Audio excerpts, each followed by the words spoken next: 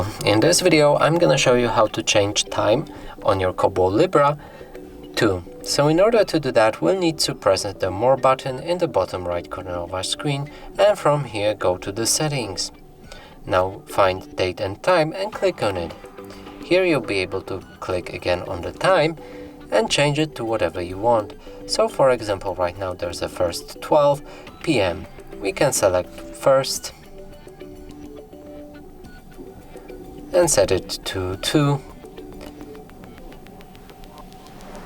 Now select the second timer and change it the minute timer to whatever you want.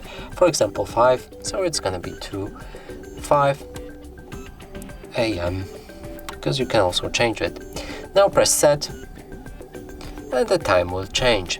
And that's it for this video. Hope you like it. Please consider subscribing to our channel. Leave a like and a comment below.